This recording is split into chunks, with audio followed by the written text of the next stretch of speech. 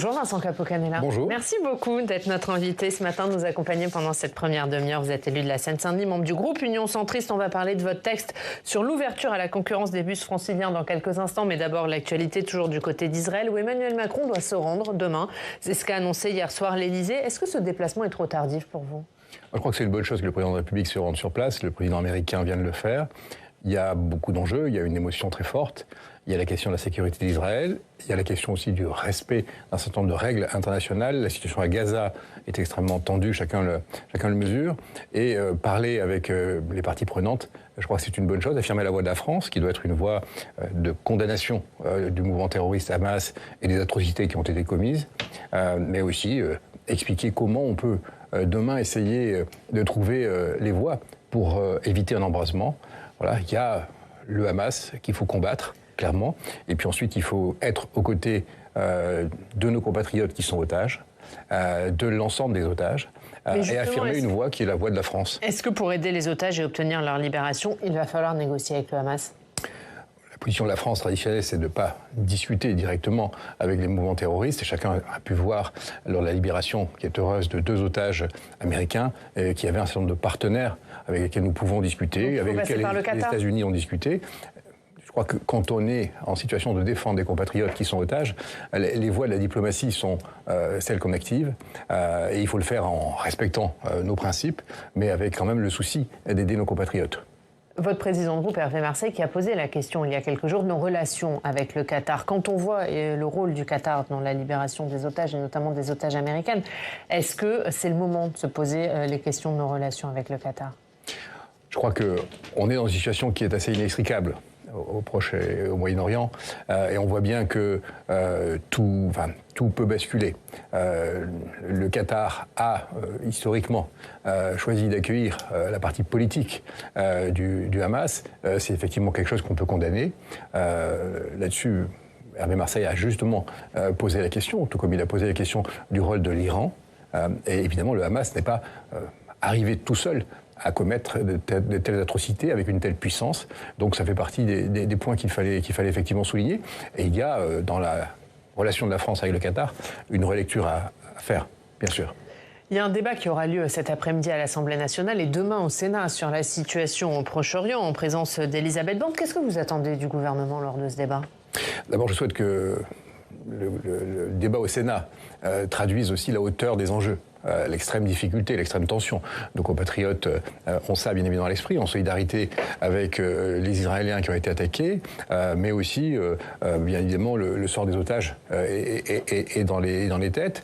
Et ensuite, on a tous le souci que la réplique, les développements dans la région, notamment dans la bande de Gaza, restent dans les normes, si j'ose dire, terribles du droit international, en tout cas en situation de guerre. C'est une guerre. Et vous redoutez que ce ne soit pas le cas, qu'Israël aille trop loin ? Il faut réaffirmer la position de la France, et je crois que c'est une bonne chose là-dessus, respect du droit international, les crimes de guerre, les crimes... Ça doit être combattu là-dessus, même si Israël doit assurer sa sécurité. Alors, je souhaite qu'il y ait un débat serein au Sénat et qu'on soit à la hauteur de l'enjeu. Parce qu'on voit bien que c'est un secteur stratégique et tout ceci peut se traduire par des enchaînements qui sont effectivement mortifères. Voilà, il y a un risque de conflagration dans la région.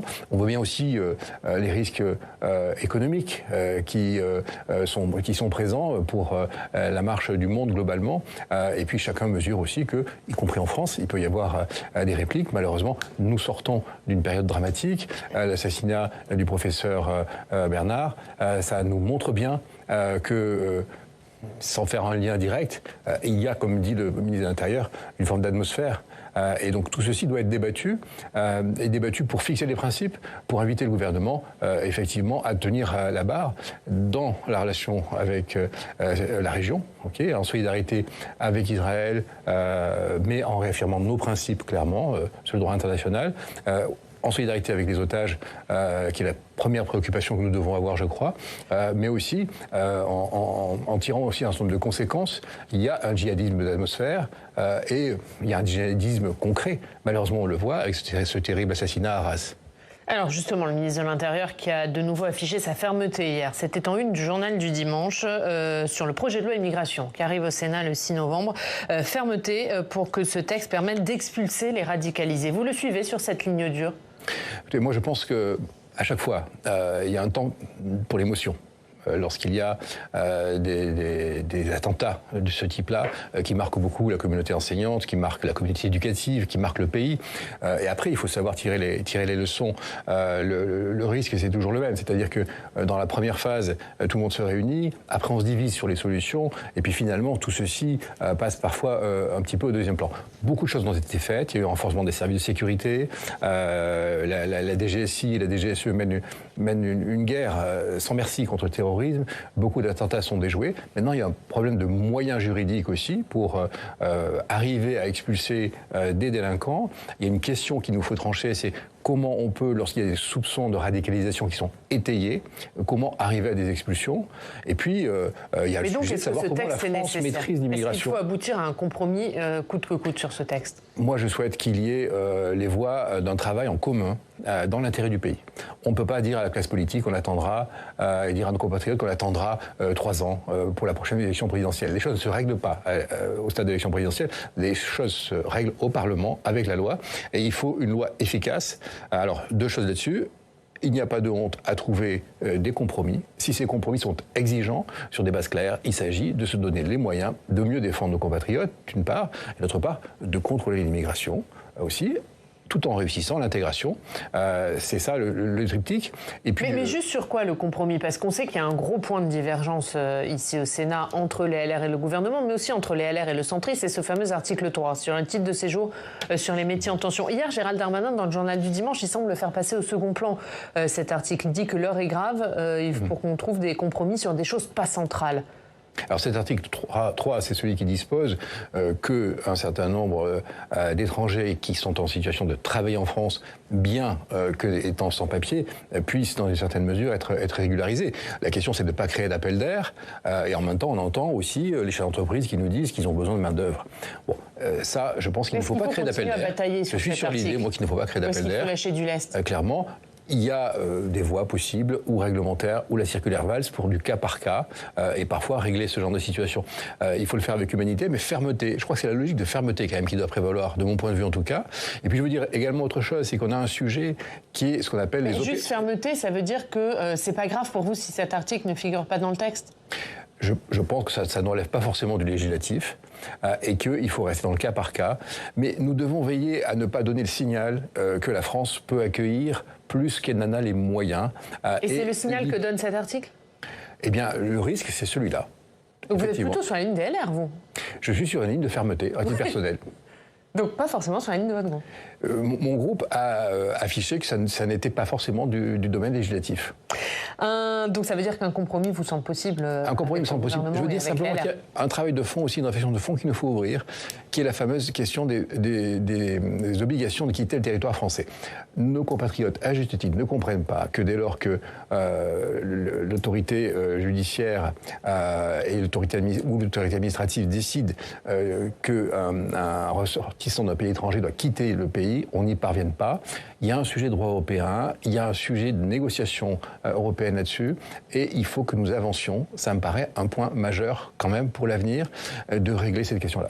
Un dernier mot là-dessus. Le 12 décembre, le texte de révision constitutionnelle des Républicains sera à l'ordre du jour. Il veut permettre le référendum sur l'immigration, mais aussi faire que le droit national prime sur le droit européen. Et c'est le contraire aujourd'hui. Est-ce que vous voterez cette révision ? Moi, je ne suis pas dans l'idée que le droit national et le droit européen doivent être opposés. Je pense que nous avons une situation nouvelle et qu'il faut en tirer les leçons avec nos partenaires européens et que le droit européen doit évoluer. Donc non à la révision des LR. Je vais regarder le texte clairement, mais ma position à ce stade est celle-ci. Un mot sur ce qui s'est passé ce week-end dans le Tarn, autour du projet d'autoroute entre Castres et Toulouse. Il y a eu des manifestations, puis tentative d'une construction d'une ZAD. Le gouvernement est intervenu rapidement pour la démanteler. Il a eu raison. Je crois qu'il faut toujours respecter la loi. Il y a des formes juridiques pour contester des projets qui sont des projets déclarés d'intérêt public et on ne peut pas comme ça accepter que des mouvements décident par la force d'investir des lieux, d'arrêter des procédures. Voilà. Et ensuite, je mesure aussi ce que c'est que le désenclavement et le fait qu'en zone rurale, mais aussi parfois en zone urbaine, curieusement, ou par manque de transport, ou par manque de liaison routière, on puisse se sentir coupé des emplois et on puisse se sentir déclassé. Donc voilà, l'aspiration de certains territoires, dès lors qu'elle se passe dans les formes juridiques habituelles, au désenclavement doit être entendue. Après, la vraie question, c'est comment on fait la décarbonation de l'économie, comment on fait la transition écologique. Et c'est aussi ce que disent les opposants. Est-ce que c'est encore le temps de tels travaux dans ces temps d'écologie? Est-ce qu'il faut encore faire de tels travaux pour laisser la place à la voiture? Quel est votre avis? On ne fera pas la transition écologique par la force et par l'absence de respect du droit. Voilà, c'est ça ma position. Il y a des débats là-dessus, il y a des projets qui ont été arbitrés. Dans ce cas-là, il faut les mener à bien. Après, la question, c'est la place de la voiture, qui bien sûr pollue, mais il faut savoir ce que c'est que vivre en zone rurale et avoir le sentiment que tout se passe en métropole parce qu'on peut y accéder, et parce qu'il y a de l'emploi, parce qu'il y a les transports, et avoir le sentiment de déclassement en zone rurale, et c'est aussi, il faut l'entendre. On va continuer à parler des transports. Transports franciliens. Fin 2024, les bus franciliens, jusque-là gérés par la RATP, seront soumis à concurrence. Vous avez rédigé une proposition de loi pour faciliter le processus et éviter qu'ils ne fassent des perdants. On va voir les détails de votre texte avec notre journaliste parlementaire Alex Poussard.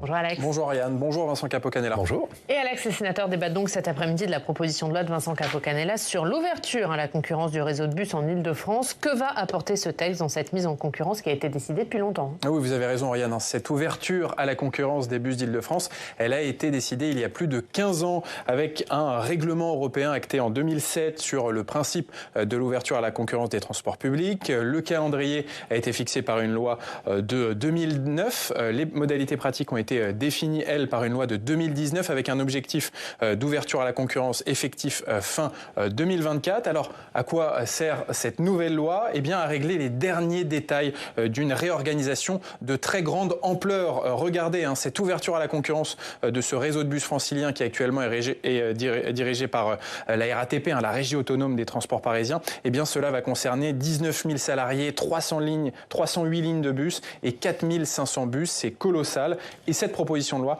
eh bien, elle sécurise encore un peu plus sur le plan social les salariés de la RATP qui devront être transférés dans d'autres entreprises. Ils n'auront pas de changement de lieu de prise de poste. Ils continueront à travailler dans le même dépôt de bus. Le transfert de salariés se fera d'abord sur la base du volontariat avant d'être ajusté aux besoins d'effectifs de l'entreprise qui aura remporté le marché public. On le rappelle, c'est la région Île-de-France qui gère et finance ce réseau de transport francilien via l'établissement public Île-de-France Mobilité, et la présidente de la région Île-de-France, Valérie Pécresse, qui a été auditionnée par les sénateurs, eh bien, elle veut aller encore plus loin dans cette stratégie de sécuriser sur le plan social les salariés de la RATP. On l'écoute. Île-de-France Mobilité imposera aux nouveaux opérateurs de maintenir les conditions sociales dont bénéficient aujourd'hui les agents de la RATP. C'est ce qu'Île-de-France Mobilité demandera dans ses appels d'offres aux nouveaux opérateurs. Ce qui permet évidemment de tranquilliser des agents, notamment sur des régimes de retraite qui sont un peu spécifiques, etc.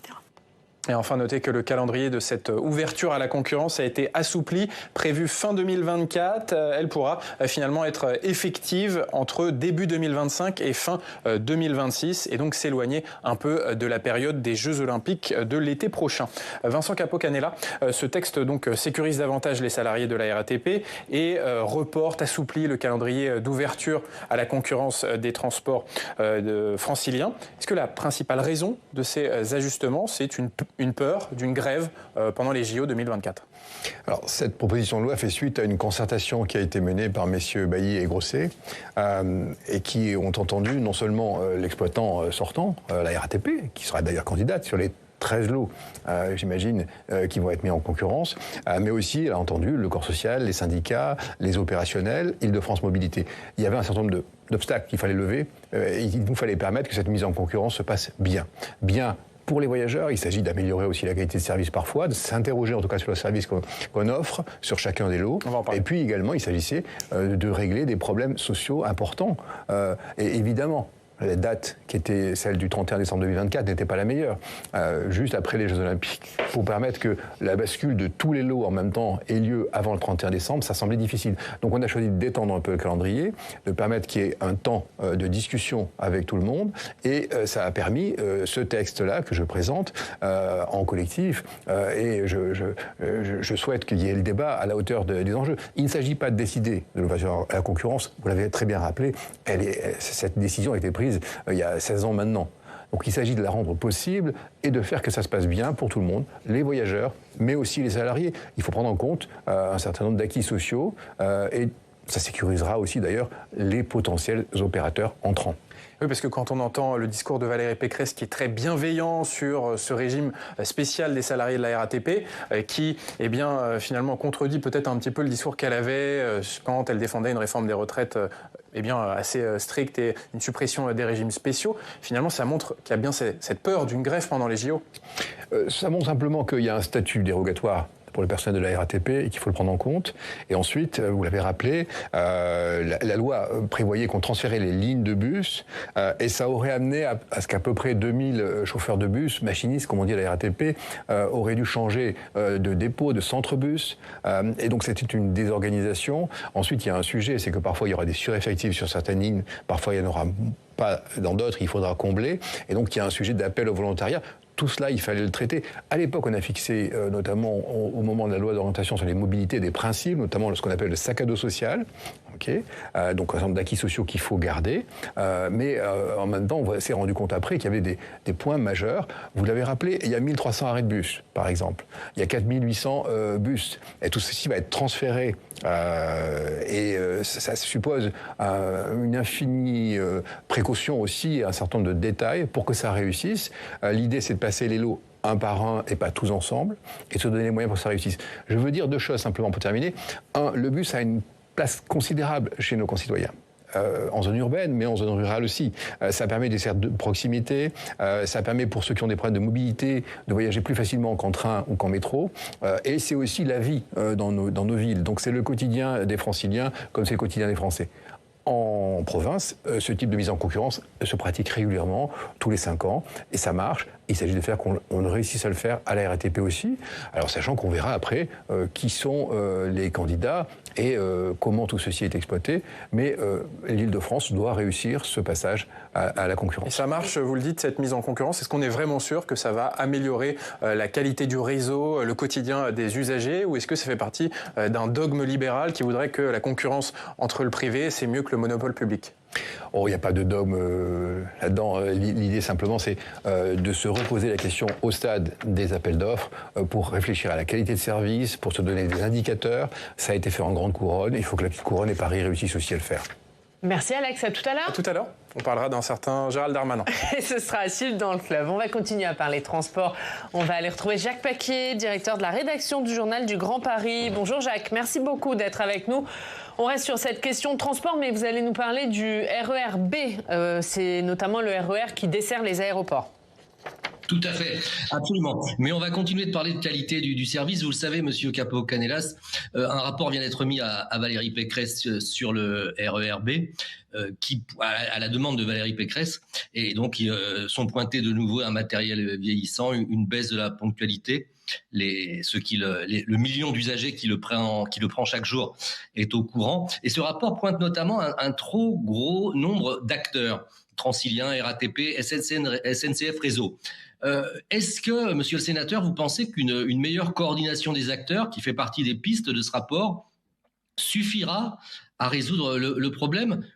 N'y a-t-il pas tout simplement trop d'acteurs et ne faut-il pas finalement en réduire le nombre, sachant que ce même problème risque de se poser avec la gestion du Grand Paris Express dans quelques années ? Alors pour le Grand Paris Express, je pense qu'il y aura une unité d'exploitation. Chaque ligne est mise en concurrence d'ailleurs actuellement et il y aura une gestion unifiée. La difficulté effectivement du RER B, c'est qu'on se retrouve avec une partie du réseau RATP, une partie SNCF et qu'au fil de ce rapport, on découvre qu'il y a encore des sujets d'harmonisation. Pour le quotidien de ceux qui empruntent la ligne B, il y a toujours un risque. Lorsque vous avez un rendez-vous important, il faut prendre beaucoup de marge. Vous avez toujours le risque d'un arrêt, d'une interruption. Voilà, je dis quelquefois que j'ai raté 2 commissions mixtes paritaires parce que j'étais dans le tunnel du Châtelet à l'époque. C'est quand même quelque chose de compliqué. Alors c'était des commissions mixtes paritaires dont je savais qu'elles allaient échouer, mais quand même, c'est toujours très désagréable. Et pour le quotidien, celui qui a une épreuve universitaire à passer, par exemple, un examen, celui qui va pour un rendez-vous médical, enfin voilà, il y a plein de situations qui sont quand même très difficiles. Alors globalement, tout cela doit s'améliorer. Je salue l'initiative de la présidente de la région de demander ce rapport. Alors c'est pas un de plus, c'est un rapport qui est quand même assez concret. Je l'ai survolé rapidement. Je vais le regarder mieux encore. Voilà. Mais je pense qu'il faut que maintenant y arriver. Vous posez une question implicitement, c'est est-ce qu'il faut choisir entre RATP et SNCF? Ça se joue pas non plus comme ça, comme au dé, dirons-nous, hein, parce qu'il y aurait aussi des inconvénients à faire que l'un exploite le réseau de l'autre à certains endroits. Mais il faut vraiment que on s'inscrive dans quelque chose de positif pour cette ligne B.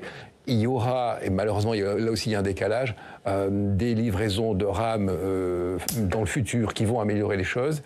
Mais voilà, je pense que maintenant il faut trouver des mesures concrètes supplémentaires, et c'était le sens de la demande de Mme Pécresse. Et Jacques, vous avez une autre question sur les craintes autour de l'organisation des Jeux Olympiques, notamment sur la question de la sécurité. Tout à fait, Oriane. David Douillet, dans un journal du dimanche, dit qu'il faut dès à présent réfléchir à un plan B. Notamment, il parle de la cérémonie d'ouverture qui est prévue sur la scène, en disant si la situation internationale, vous en parliez tout de suite, ne s'améliorait pas, il y aurait un risque et on ne pourrait pas finalement organiser cette grande cérémonie festive qui est prévue sur la scène. Vous partagez ces inquiétudes, Monsieur Capo-Canellas? Alors, je crois que c'est dans La Tribune dimanche, exactement. Qui est un des journaux du dimanche, mais qui n'est pas le journal du dimanche. Moi, je veux dire, David Douillet est une voix autorisée. Évidemment. Depuis le départ, cette manifestation, cette cérémonie d'ouverture pose question, pose débat. Le sujet ne pourra pas rester dans une phase comme ça, alternative, oui-non, tout le temps. Il y a eu une décision qui a été prise. Il faut peut-être réévaluer si dans le contexte notamment de terrorisme, cette manifestation ne prend pas trop d'effectifs à un instant donné.